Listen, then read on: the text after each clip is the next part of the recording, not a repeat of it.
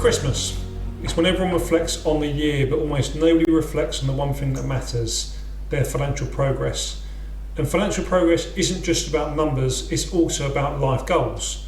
So have you finally made that move abroad that you've been looking to do for the last 5-10 years but haven't quite had the guts to do?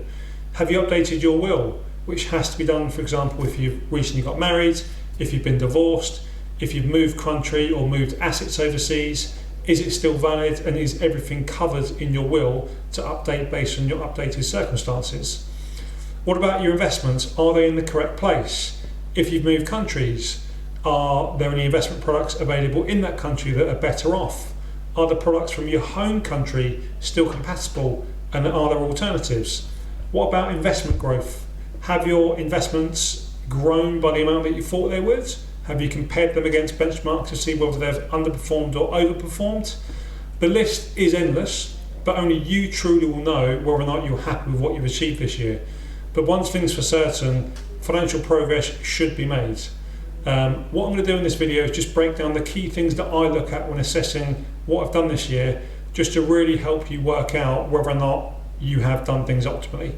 So the first thing I look at is tax. Based on the current tax brackets of where I live, am I utilising this in the most appropriate way? So I'm a Spanish tax resident, and the way I look at this is I'm self-employed, I'm in a civil partnership, and I own a business. So I'm self-employed, my partner's self-employed, and I can earn up to 70,000 euros, or it's optimal to earn up to 70,000 euros before I start paying dividends. Because my partner also works at the business, and because of the legal situation in Spain, I can legally pay her 70,000 as well. So that means anything above 140,000 within my household should then be claimed as dividends. Now the dividends is within my business, so they get paid out directly to myself. And in Spain, interest, capital gains, and dividends, they all fall under the same tax bracket called savings tax. So if I receive that money as a dividend, that means I'm utilising my brackets very quickly. There's no allowance in Spain, it starts at 19% and goes up to 28%. So to make things optimal, the best thing for me is to make sure all of the investments are in my partner's name. And the reason for this is because then she can use the tax brackets herself. And that way we're not breaching the 28% tax bracket unnecessarily between ourselves. Because everything's filed separately in Spain, it's not done as a household, meaning that you can't utilise those brackets together. The next thing is the investment gains. So investment gains, you can offset losses against future gains. The actual rules will depend on the country where you're living, but in Spain I can offset those. And the way I look at this is I tend to not make changes in December. Everyone's different with this, but I would prefer to make changes in January. So Spain is a calendar tax year. Because if I do make changes in January and I realise any gains, but then the market set off later on that year, then what I can do is realise losses as well. If I realise all of my profits in December and then the market's tanked the following year, I've paid taxes and I've lost money. So I almost get hit twice. There's a really good example of this, of someone that invested in a meme coin, they made $1 million, and then the following year lost all of the money and didn't have the money to pay back the taxes. That is a situation I don't want to be in. So for me, I'd rather make the decisions in January, so it gives me 12 months to reverse my decision if markets have sold off. But again, this is just a personal thing, and not all of the decisions on taxes are going to be based on optimising your tax within that product itself. It could be because you want to take a withdrawal, which is very different. So the next thing is looking at what I'm invested into. Again, have I done well? How do I compare my investments? There's always a benchmark to compare what you've done, and you want to see whether or not it's outperformed or underperformed. For me, I always want to make sure my portfolio is diversified.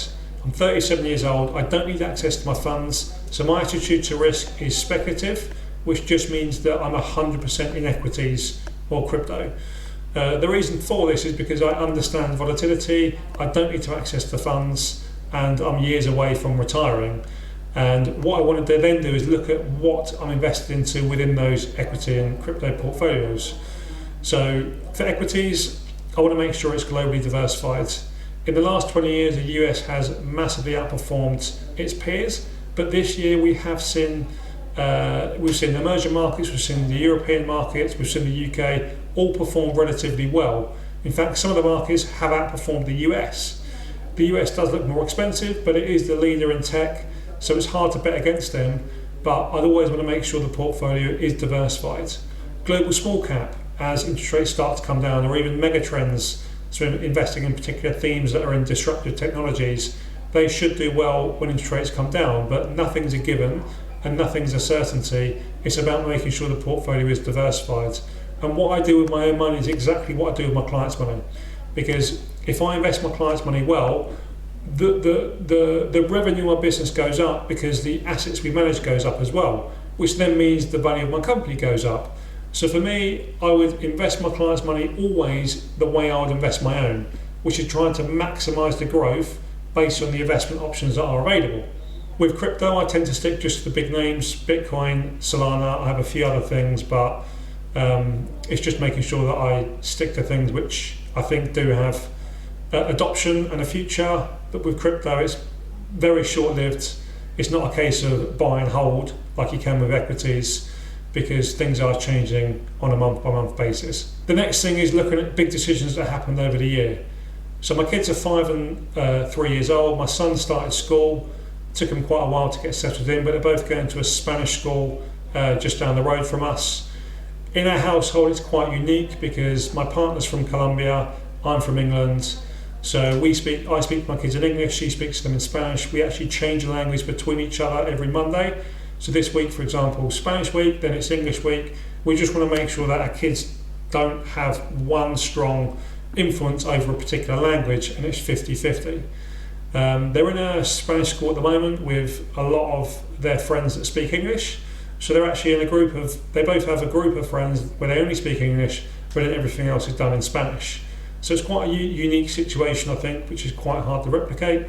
We're not looking at putting them into private school next year at all, and it's more about keeping things the same. Within the business itself, we've done extremely well. We've grown our assets by 30%. 10% of that came in November alone, which is quite difficult or I would never have expected to see that sort of growth if someone asked me at the beginning of this year.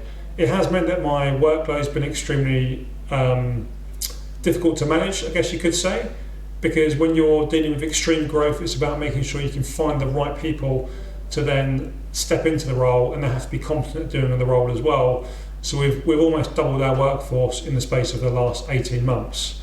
But now it's about consolidating and moving into 2026 with the emphasis of staying as we are, but just growing the team within.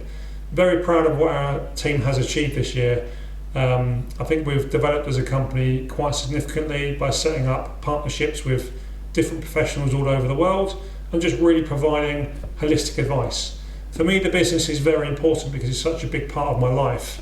If you do have a business as well, then it's about making sure that you create a business that you want to run, a business that you're proud of and that you're happy to maintain for the foreseeable.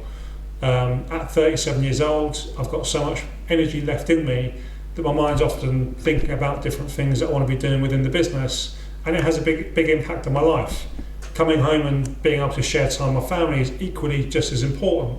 So it's having that work-life balance to make sure that I can do everything I want within the business, do everything I want in my personal life, and do everything with my family as well. So dropping my kids off, I'll never substitute that. I drop them off every single day. Spending weekends with my kids as well and going on family holidays. They grow up so fast. I mean, I remember when my oldest was born, it felt like it was yesterday, and she's almost 6. And there's that finite window of making sure you can spend time with your family that I think is really, really important. So when looking at the financial plan, for me, it's about looking at all of those things together. The actual number is probably the least important thing. For me, it's clarity that as a family and as a business, everything's moving forward, which this year it has.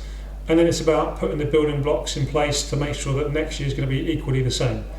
You can't set the plan now and it's going to work out exactly as you thought it would. Every single month things are going to change. There could be health issues, there could be financial issues, there could be all sorts of different issues that prop up, but it's then making sure that you put in a new plan that offsets the one you've already got in place. And that's the thing people forget to do. I very much plan things out very, very well in certain parts of my life, but other parts I don't at all. One other thing I want to do next year is teach my kids to ski. I grew up in Germany and skiing was a big part of my life. My kids, I just want to make sure that we can share that same experience. I live in Spain. I've got a ski resort 2.5 hours away, so I've put 2 trips away during the summer, during the winter holidays to go skiing. So those are my plans, and this is the sort of thing I'll be thinking about as a family. But one thing you definitely have to do is make sure that your money is working for you.